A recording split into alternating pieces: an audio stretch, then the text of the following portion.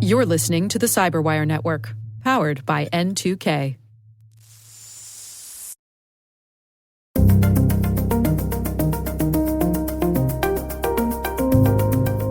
I mean, you sort of tend to forget that if you rank the top 4 threats against the UK, North Korea is in the sort of top 4, which, considering how small North Korea is, and also the fact that the bulk of people in the country don't even have access to the internet, that's quite a remarkable turn of events. So the whole point of the podcast and the book was sort of answer the question, why has that happened, but also how have they done that? Hello, everyone, and welcome to the Cyberwire's Hacking Humans podcast, where each week we look behind the social engineering scams, phishing schemes, and criminal exploits that are making headlines and taking a heavy toll on organizations around the world. I'm Dave Bittner from the Cyberwire, and joining me is Joe Carrigan from the Johns Hopkins University Information Security Institute. Hello, Joe. Hi, Dave. Got some good stories to share this week, and later in the show, Carol Theriault joins us. She's speaking with Jeff White about his new book, The Lazarus Heist: From Hollywood to High Finance, Inside North Korea's Global Cyber War. The start of the year is a great time to take that next step in your education, career, and beyond.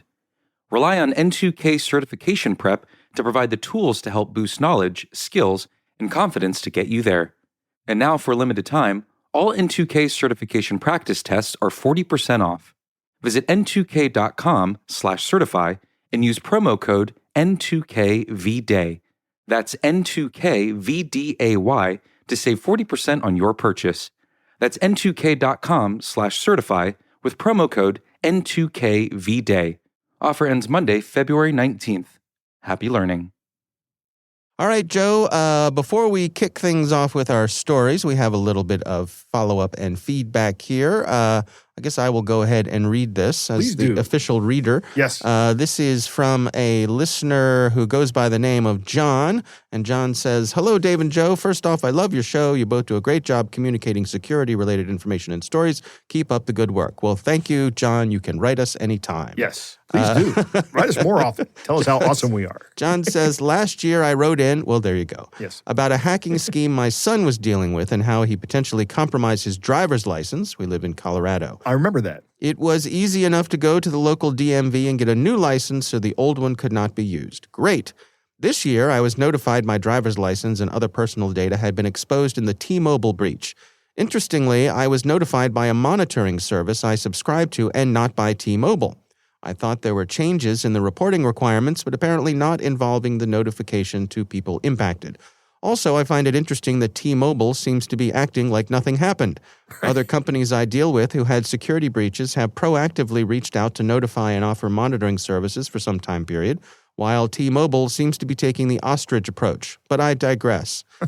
I'll just add as an aside here that perhaps it's because T-Mobile has so many breaches that it's hard for them to keep up. Maybe that's why. But back to John. He writes, "My first thought was, why did T-Mobile have my information since the last time I used them was over 20 years ago? My second thought was I should go to the DMV to void my current one and get a new one, since it was relatively easy based on my son's experience. Well, apparently something changed in the past year. Now, to get a license reissued, it requires a notarized affidavit and a police report. This means you cannot get a license reissued until after you have experienced some form of identity theft the police are willing to handle and report. Apparently, instead of being helpful, the Colorado government would like its citizens to experience some injury beyond the annoyance of dealing with the DMV. Yeah, that in and of itself is an injury. Injury to insult. Yes. I would be interested in hearing your views on this." I have a few things. Okay. Number one, if the last time you did business with T-Mobile was 20 years ago, then wouldn't your license have long expired? That's true. Yes, the license they would have on file. Yeah, would be long gone. I don't know that I'd be concerned about it if this is truly 20-year-old information. Maybe John has some other information in here that it's not clear, or maybe he has another concern. No, good point.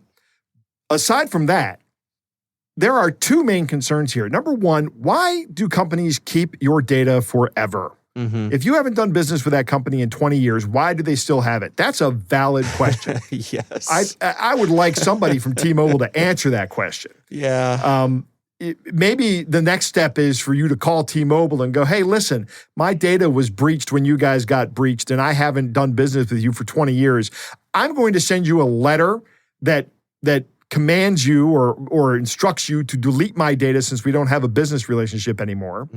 I don't know if you can get away with that at all. I don't know if you have any force or, if there's no right to be forgotten in the United States yet. Right. Soon there will be. Yeah. When you will have the force of law behind that request. But you can still make the request. And then I'd be in touch with my legislators to ask about this. What's going on here? You need to make it so that if I think I've been breached, I can go out and get my license replaced before I suffer an identity theft incident. Yeah. I also wonder for John, what if he just went to DMV and said, "I lost my license"? Yeah, that's a good point. I guess what he's looking for is like a reissue with a different number on it, I guess, as opposed to just a reprint of the existing license, which presumably has the compromised information, perhaps. I think that's the line of thinking John is following here. Yeah. So I don't know how it works in Colorado, but I know in Maryland, if I go out and get a new license, I have the exact same license number. I see. And in fact, the license number is a Soundex that's actually easy to derive. And because my son and I have the same name, our driver's license numbers are almost identical. Really? Yeah. Interesting. I got a notice. Probably 6 months ago of a data breach. And it was from an organization that I had not done business with since I was about 11 years old, Joe. Really? 40 years. I had not heard from this organization. And I got a letter one day in the mail that said, "Hey, guess what? We had a data breach." And sort of to your point, I was like, what are you doing with my information still on file? It's been 40 years. Yeah. This is the first I hear from you. Right. After 40 years. Gee, Dave, we miss you. No. What does an 11-year-old want that a 51-year-old wants? Yeah, money. Yeah, money. That's it, money. Yeah, so the other thing I will add here is that a lot of privacy folks that I've spoken to have suggested that you consider the data of your customers to be radioactive. Right. It's a nuclear material. Yes. If you have too much of it in one place, bad things happen. Yes. So get rid of it. Have some sort of rules in place where after X number of years, it gets destroyed. I know it's easy to be a pack rat with this since storage is basically free these days. Right. We all do it, right? We all never throw anything away. That's right. I have a Google Drive to prove it. I've got way too much. I actually had to start paying Google $1.99 a month so that I could keep stuff on my Google Drive. Ugh. And I already pay for a terabyte of storage at Microsoft. Ugh, the humanity. I just haven't moved it over. Right. I said, no, it's just easier to pay the $2 a month. Yeah, it's just exactly. But if you're an organization, you get yourself in trouble. Yeah. So to your point, Joe, hopefully things are moving in the right direction. We'll see some legislation about this, and maybe we'll be headed in the right direction. So good questions, John. Thank you for writing in. We do appreciate it, and also for the kind words. We would love to hear from you. If you have a question for us, you can write us. It's hackinghumans@thecyberwire.com. Also, that's the address where you can send your catches of the day. Ah, excellent. All right, well, let's dig into our stories this week. I will start things off for us.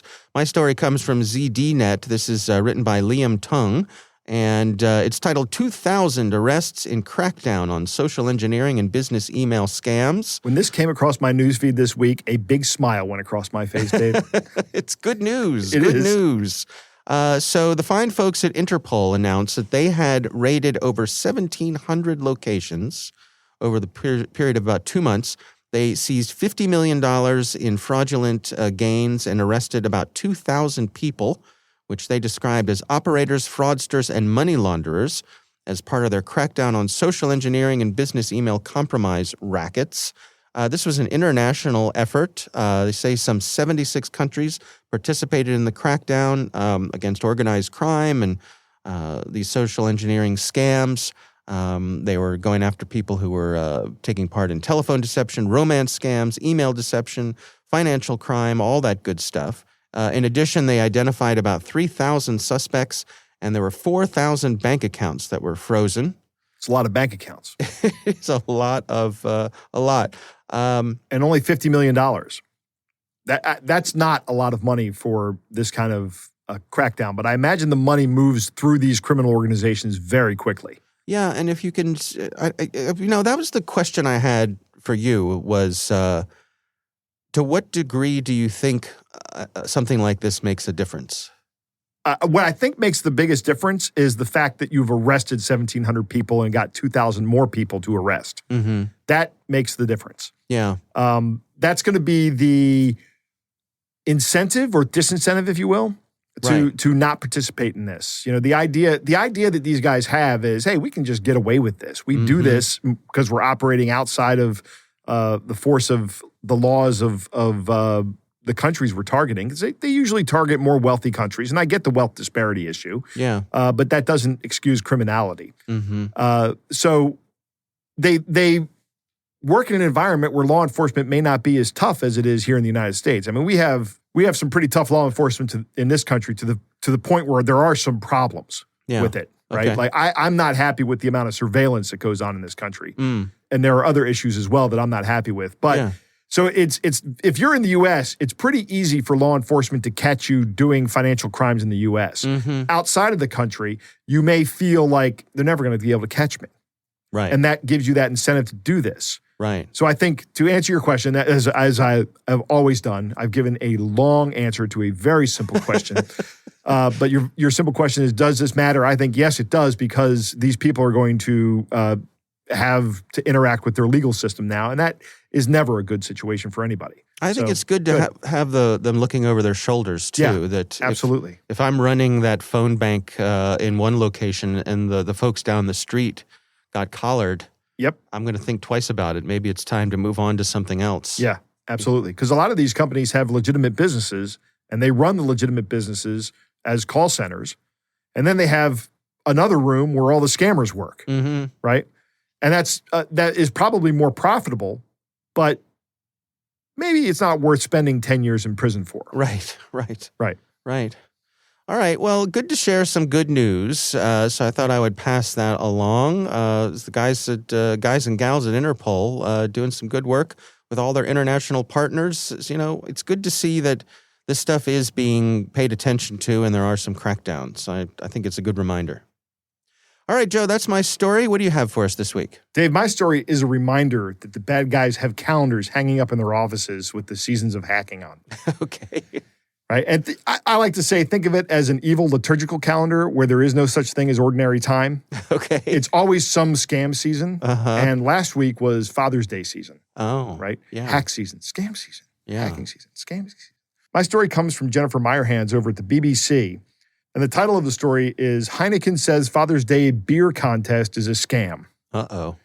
So there is a scam going around on WhatsApp where you get this picture of a cooler pack of Heineken, and it says, hello, welcome to the Heineken Beer Father's Day Contest. Take the quiz, find the hidden prize, and win a cooler full of Heineken beer. Now, part of me goes, what's second prize? 2 coolers full of Heineken beer? Oh, now, Joe. You're a rascal. I'm not a big fan of Heineken, but it's not. If somebody handed me a Heineken beer at a party, I wouldn't turn it down. Yeah. I would ask, is this the best you have? And that's why you don't get invited to many parties. And that's why I don't get Joe. invited to parties, right? But interesting on this scam is that there's a thing at the bottom that says 250 gifts left. And if you go, there's another picture here that says Heineken Beer Father's Day Contest 2022, 5,000 coolers of Heineken, and the URL ends in .ru. Right? I don't know if you are aware of where Heineken is made, but it's not made in Russia. No. So naturally, Heineken is very upset with this, as they should be, right? And they're telling everybody it's a scam. Delete it immediately. We're aware of this phishing scam circulating on social networks. It's not sanctioned by Heineken, and we have alerted the relevant authorities. Right. Now, one of the places that will never have a crackdown on these kind of scams, one of the places where these guys do operate with impunity when they go outside of the country is Russia. Russia doesn't cooperate with foreign law enforcement at all. Right. So I think the fact that this is linking to a .ru URL is a clear indicator that it might be being run out of Russia. It's a red flag. Yeah, It's a red flag. Yep. So a couple of things that are interesting in here. One is from one quote is from Ian McShay, who I think we've had on this show. Sounds familiar, from yeah. Arctic Wolf. Oh, sure, yeah. And he says the response, the message often says only the first X number of people will win, and that lends to the credibility of the scam. Online threats or onlinethreatalert.com said the scam is spreading like wildfire, and it was difficult to track within private messages. WhatsApp and their parent company Meta, I guess, are saying that you should report these fraudulent messages to them so they can take some action. What that action is, I don't know. I don't have any hope in that producing anything when you're talking about Meta. Right. I just don't have a lot of faith in that company as a whole. That's a personal opinion. Yeah. Not, I'm not telling anybody anything they don't already know. Anyway. They've earned it. Right. Yeah. So my point of picking the story is there's always something, right? It's always something. What's it going to be next week? Hey, Independence Day giveaways, right? Because Independence Day is coming up here in the United States. Or let's see, new fiscal year, right? For a lot of companies, they begin fiscal years on July 1st. That's where a lot of accounting scams might be coming in. Yep. Right? And all that information on publicly traded companies is out there on the internet, and you can see when somebody's fiscal year begins and ends if they're publicly traded. Right. So these are the kind of things you need to be aware of. What's going on around you, what's going on at this point in time, and how these phishing scams work and how they usually start. Just ignore them. And it's like retailers, right. You got your what do we go? Christmas, Valentine's Day, St. Patrick's Day, right? Yeah, Easter, 4th of July, Memorial Day, President's Day, Thanksgiving, and then Christmas, and it's all over again. Yeah, right? There's never a time when the store is not decorated. Yes, exactly. And this is similar to that. Yeah, car dealerships are like that too. Yeah. There's always some sales event going on. It's always Toyota-thon.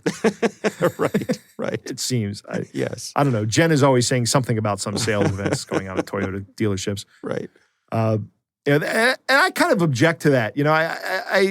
I almost look at that as it's an insult on my intelligence, right? When it's coming from a retailer. But for some reason, when it's coming from a criminal enterprise, I'm like, I should be cautious of this. And I wonder if those two are related in my head, right? Like I'm cautious of it because it's coming from a retailer, but I'm cautious of it because it's coming from a scammer as well. Yeah. I wonder if that provides me any protection, like any mental protection from these kind of things, like these Jedi mind tricks. It just rubs you the wrong way. It does it rubs me the wrong way. There are a lot of things that rub me the wrong way. Yeah. And this is one of them. Another one is when somebody tries to instantly pretend there's a rapport between the two of you, you and somebody else. Really? That makes the hair on the back of my neck stand up. Is that right? Yeah. By the way, I wanted to tell you what a lovely shirt you're wearing today. Dave, coming from you, it's fine.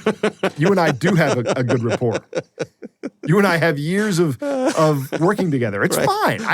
You can tell me that. I see. Right? If somebody else comes up and says... But when you walk into the car dealership and the guy says, "Hello there, sir. What a lovely shirt you're wearing today." I'm like, I'm not here to talk about my shirt, and you know it, and don't... There you go. That's a perfect example, Dave. Thank you. That's exactly what I'm talking about. Yeah. All right. Well, interesting story. We will have a link to that in the show notes. Again, we would love to hear from you. You can write us at hackinghumans@thecyberwire.com. All right, Joe, it's time to move on to our catch of the day.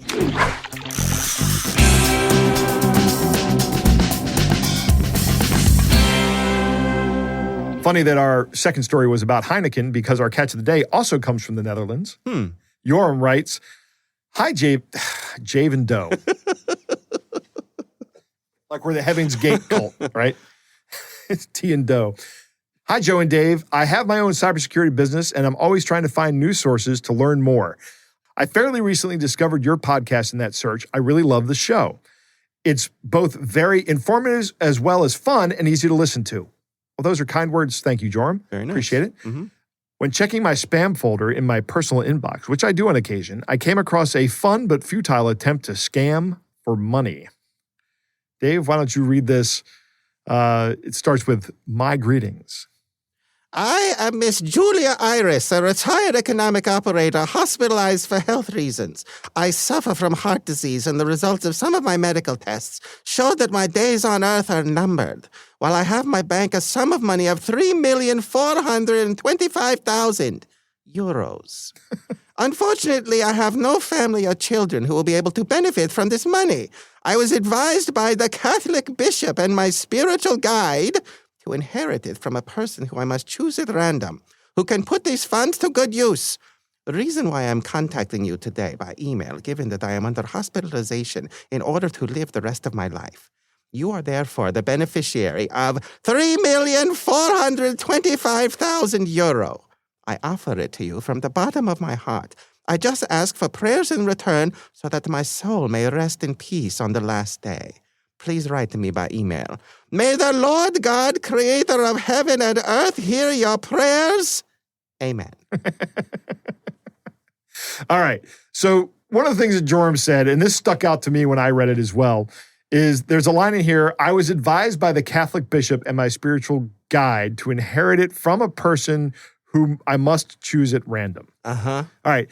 I don't know if you know how a lot of charitable organizations work. Yeah. Right? But they run on money.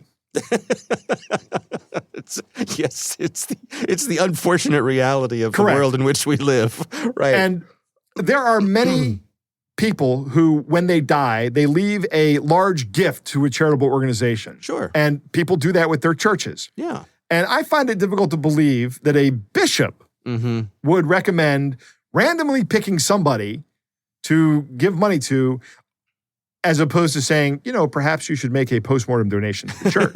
That's right, exactly.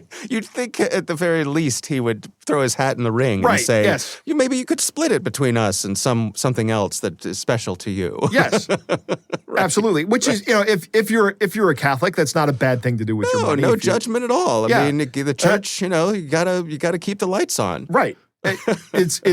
But I find it difficult to believe that they would say, just give it to some rando. Right. No, we're good. Yeah. We're good. I could, I picture a guy in the, the big pointy hat with the long cane and gold scepter. Yeah, gold scepter, walking by the the hospital door, and Your Eminence, what should I do with this money? Oh, just give it to some rando. Yeah. No, we're good. Yeah, keep going. Yeah, exactly. Thank you, Joram, for sending that in. That's a great catch of the day. Yeah, absolutely. All right, and again, we would love to hear from you. You can send it to us at hackinghumans@thecyberwire.com.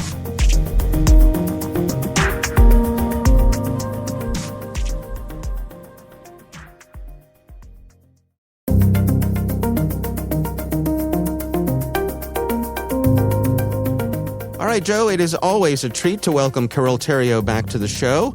And this week, she is speaking with author Jeff White about his new book, The Lazarus Heist, From Hollywood to High Finance, Inside North Korea's Global Cyber War. Here's Carol Theriault. So today we are talking with Jeff White, investigative journalist, auteur, podcaster, climber, anything else? No, that about covers it, yes. Not for one man. Well, today we are going to talk about your upcoming book, The Lazarus Heist, From Hollywood to High Finance, Inside North Korea's Global Cyber War. That's quite a title, Jeff. It's snappy. It is. They always ask you to come up. You come up with the title and you work really hard for the title. And they say, we need another bit after it. We need colon something or other. And then you spend weeks thinking of that. I'd rather just call it The Thing and then that'll be it. But unfortunately, you have to describe then what the book is actually about. Right. Okay. Well, I'll refer to it as Lazarus Heist for time. Now, this book of yours was adapted from the BBC hit show Lazarus Heist podcast, which you host. Co-host, yeah. Yes, with Gene Lee. And I wanted to ask you, what made you decide to go down the literary route? The idea originally, I think, when we developed the podcast, they said, "Oh, we'll try and maybe get a book out of this as well." And I sort of thought, yeah, we'll see what happens with that. I'll believe it when I see it. But fair enough, audiences would seem to like the podcast. The BBC were very happy with the podcast, and then went to a publisher, and they end up being Penguin, and they sort of thought, well, there's much more to tell. That was part of my pitch. There's lots more to tell beyond the podcast. There's all those little wrinkles and things you can't fit into the podcast. But over and above that, the North Koreans have been accused of more and more hacks. So there's always more to put in. So I think the idea was we can just do more and say more in a book, I think. So maybe we should take a step back. And why don't you give us the gist of the Lazarus Heist and why it grabbed you more than any other cyber gang stories out there? Yeah, it's interesting. I mean, the Lazarus Heist podcast and indeed the book is the story of how North Korea became a cyber superpower, a computer hacking superpower.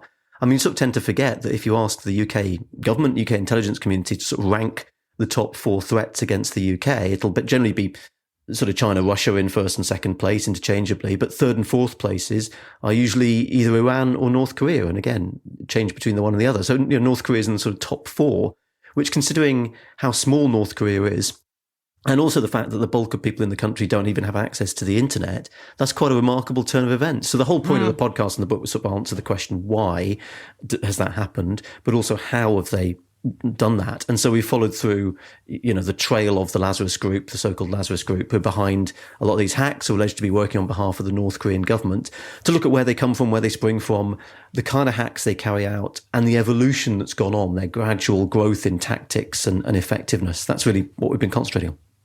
Were you learning as you went, or did you have it all sorted out before you went live with the podcast and started talking about it? No, we were learning as we go. I mean, I'd written a book a couple of years ago called Crime.com, and right. The Lazarus Heist story really was one chapter in Crime.com.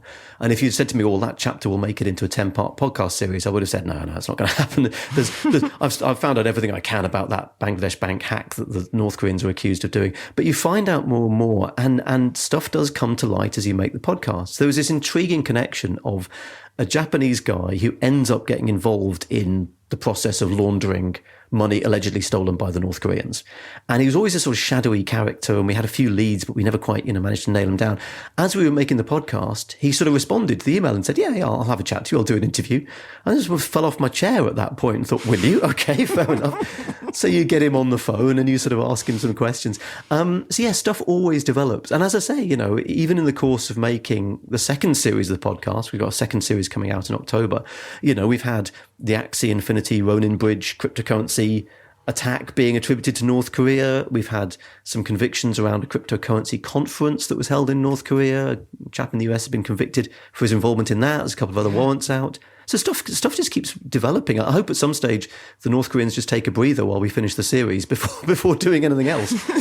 So your book, The Lazarus Heist, is going to be hitting the digital shelves in June. Is that right? And the physical shelves in June. It's paper, it's audio, it's ebook, all the formats.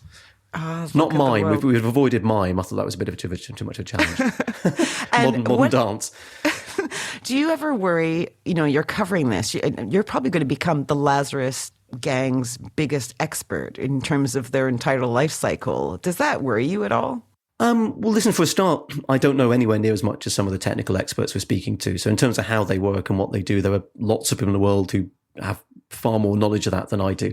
But yes, we take these risks extremely seriously. The BBC and Penguin take it very seriously. I mean, look, one of the stories we cover in both the podcast and the book is the hacking of Sony, which is a big media organization that did something North Korea didn't like, put together a film called The Interview, which was pretty mocking of Kim Jong-un, the leader of North Korea. And the North Koreans, it seems, did not like that one bit and are accused of hacking into Sony and demolishing the company for a period of time.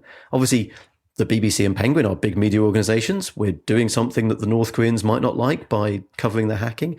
The last thing we want is for them to put us in the same position Sony are in. So we do take this very, very seriously.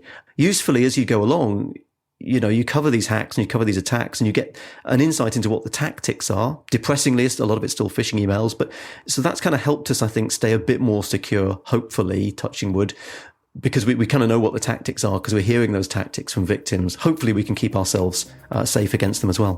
Well, I very much hope so, because what you do is important. And thank you for sharing all your research with us. Great to speak to you. Thanks for having me on. Listeners, this was Jeff White, author of The Lazarus Heist, which will be available in June.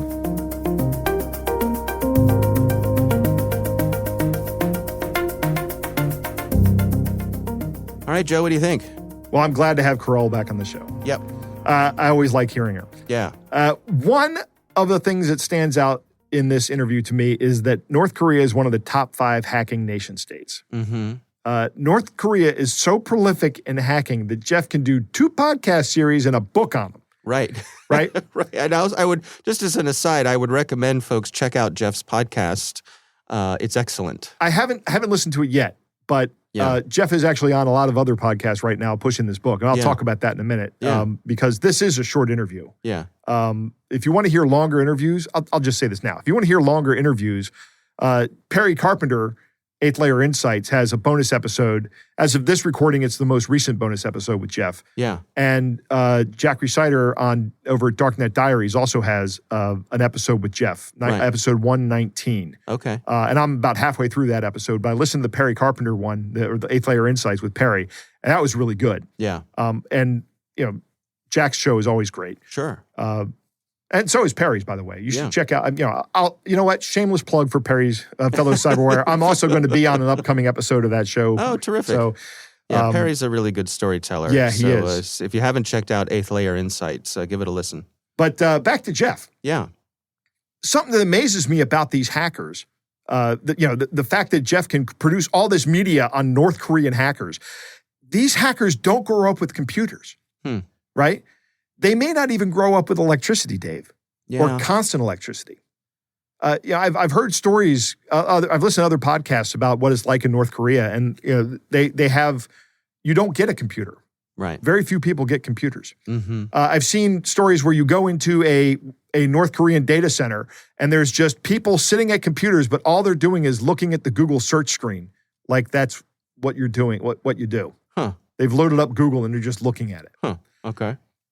So what they do, and I heard this on, I think it was Jack's show, Jeff said this, they take people who are good at math and they turn them into hackers. And then they send them out of the country to hack because there is no infrastructure in the country. Oh, I see. Right? Mm-hmm. Which is another key point about North Korea. We could not win a cyber war with North Korea, right? Because it is completely asymmetrical. They could hack and do thousands of dollars in damage, millions of dollars in damage, billions of dollars in damage to our infrastructure. And we can't do it to them because they just don't have that infrastructure. Oh, I see what you're saying. Okay. Right? So if it's just a pure cyber war, we can't win. We just have to, They just don't have as much to lose. They just don't have as much to lose. Exactly. Okay. I'm not sure if it's even within their capabilities to do it, but it's probably not within what they want to do. Yeah. They probably don't want to do that because it's probably not in their own interests. No, and I think things are pretty brittle over there They just are. in general. So how much do you want to poke the bear? What they really are interested in is keeping the money flow coming in. Yep. That's what they want. Yep. Key takeaway, North Korea, one of the most advanced nation state actors in the world, and their most frequently used tool is just phishing, right? That's why shows like this are important. That's why it's important to have security awareness training. It is probably the most efficient and effective way to get in to an organization is just by phishing. Yeah. That's why it's so popular and why it's such a big problem. Yeah, and I guess I wonder, in terms of North Korea's threat, to what degree do they actually have true sophistication with the things they're developing, and to what degree are they just persistent? And they use the stuff that works, right, like you said, because their priority is getting the money flowing. So it's just volume of these sort of scammy things to finance their government. Yeah, I get the impression that there are other people involved in this as well that aren't North Koreans, people that North Koreans pay. Yeah. I don't know if, maybe if I listen to Jeff's podcast, which I do plan on doing, there's information about that out there. I think I recall something in one of these interviews, even talking about somebody who was in Japan as part of the organization that helped them. So it seems like what they might be doing is building an international network of people to provide these tools and services to them.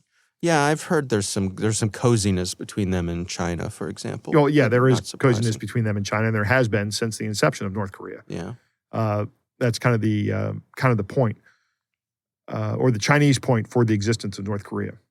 I'm very sad to hear that the book is not coming out in mime format, but I am perfectly happy to hear that it's not coming out in modern dance. Well, there you go. Small miracles, yes. Right? I would also not like to see the book come out in ballet if you're looking for other kinds of dance I don't like. Okay. But modern dance and ballet are my two least favorite kinds of dance. All right. I love listening to ballets, though. Duly noted. Right. All right. Well, Tchaikovsky wrote some great stuff. Again, our thanks to Carole Theriault for bringing us that interview with Jeff White. The book is The Lazarus Heist from Hollywood to High Finance, Inside North Korea's Global Cyber War, and definitely worth a look there.